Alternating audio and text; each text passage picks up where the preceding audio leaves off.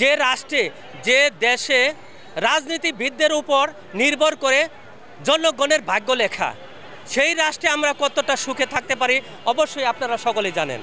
আর সেই ভাগ্য লেখাটা যখন রাজনীতিবিদদের উপরই থাকে, তাহলে দয়া করে আপনারা লিখে দেন, সমাজ কল্যাণ মন্ত্রণালয় থেকে আপনি দয়া করে লিখে দেন প্রতিবন্ধী বিদ্যালয়গুলোকে স্বীকৃতি এবং এমপি প্রদান করা হোক। রাহিম, সকলকে সালাম, আসসালামু আলাইকুম। বাংলাদেশ প্রতিবন্ধী বিদ্যালয় সমন্বয় পরিষদ কেন্দ্রীয় কমিটি কর্তৃক আয়োজিত 23তম আন্দোলনের 11তম দিন। আমি বাংলাদেশ প্রতিবন্ধী বিদ্যালয়ের সকল শিক্ষক কর্মচারীদের দৃষ্টি আকর্ষণ করে বলছি, আপনারা সকলেই আমাদের আন্দোলনকে বেগবান করে তুলবেন।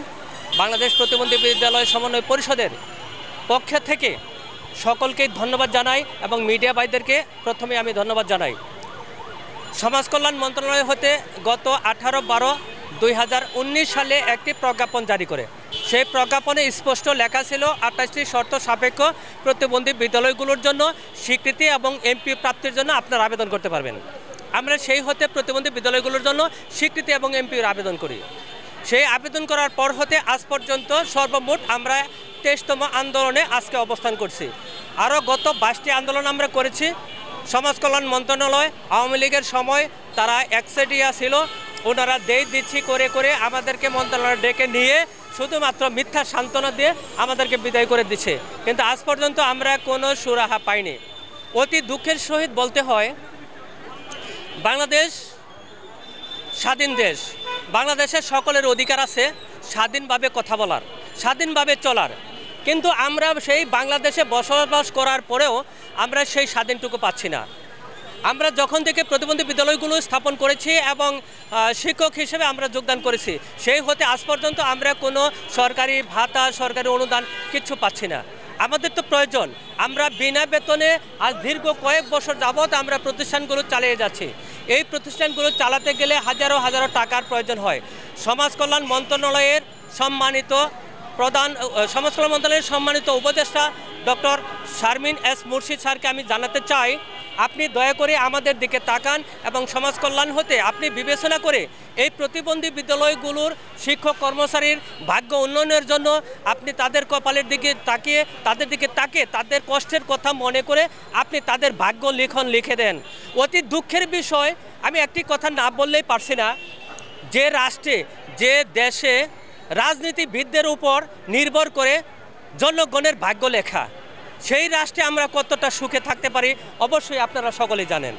আর সেই ভাগ্য লেখাটা যখন রাজনীতিবিদদের উপরই থাকে, তাহলে দয়া করে আপনারা লিখে দেন, সমাজ কল্যাণ মন্ত্রণালয় থেকে আপনি দয়া করে লিখে দেন প্রতিবন্ধী বিদ্যালয়গুলোকে স্বীকৃতি এবং এমপি প্রদান করা হোক। আমি চাই সমাজ কল্যাণ মন্ত্রণালয়ের উপদেষ্টা স্যারকে জানাতে চাই, আপনি দয়া করে আমাদের প্রতিবন্ধী বিদ্যালয়গুলোকে স্বীকৃতি এবং এমপি প্রদান করে আমাদেরকে ঘরে ফেরার ব্যবস্থা করে দেন। এবং আমি আমার শ্রদ্ধেয় স্যার, যিনি এই বাংলাদেশ থেকে সর্বপ্রথম নোবেল বিজয়ী পেয়েছিলেন, তিনি ডক্টর ইউনূস স্যার, আমি ডক্টর ইউনূস স্যারকে বলতে চাই, আপনি দয়া করে আপনার সম্মানের দিকে তাকে হলেও আপনি এই বাংলাদেশ প্রতিবন্ধী বিদ্যালয়গুলোর দিকে নজর দিয়ে প্রতিবন্ধী বিদ্যালয়ের শিক্ষক কর্মচারীদের বেতন ভাতা আদায়ের জন্য সুব্যবস্থা করুন, প্রতিবন্ধী বিদ্যালয়গুলোকে স্বীকৃতি এবং এমপি প্রদান করুন। কেননা আপনি কোন রাষ্ট্রে যে আপনার বড় গলায় কথা বলবেন? যেহেতু আপনার রাষ্ট্রের শিক্ষক যদি রাস্তায় আন্দোলন করে, আপনার রাষ্ট্রের শিক্ষক যদি পুলিশের সাথে ধাওয়া পাল্টা দেওয়া মারামারি কাটাকাটি করে, আপনি কোথায় যাইয়া শান্তিপূর্ণ বক্তব্য দেবেন যে আমার রাষ্ট্র শান্তিতে বসবাস করে, আমার রাষ্ট্র ভালো আছে? এটা হতে পারে না।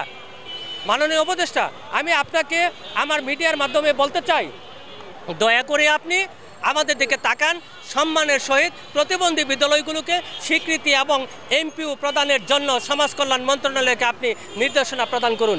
সে যেন নির্দেশনা পেয়ে এই প্রতিবন্ধী বিদ্যালয়গুলোকে স্বীকৃতি এবং এমপিও প্রদান করে, সেটা আমার একান্ত আশা, একান্ত ইচ্ছা।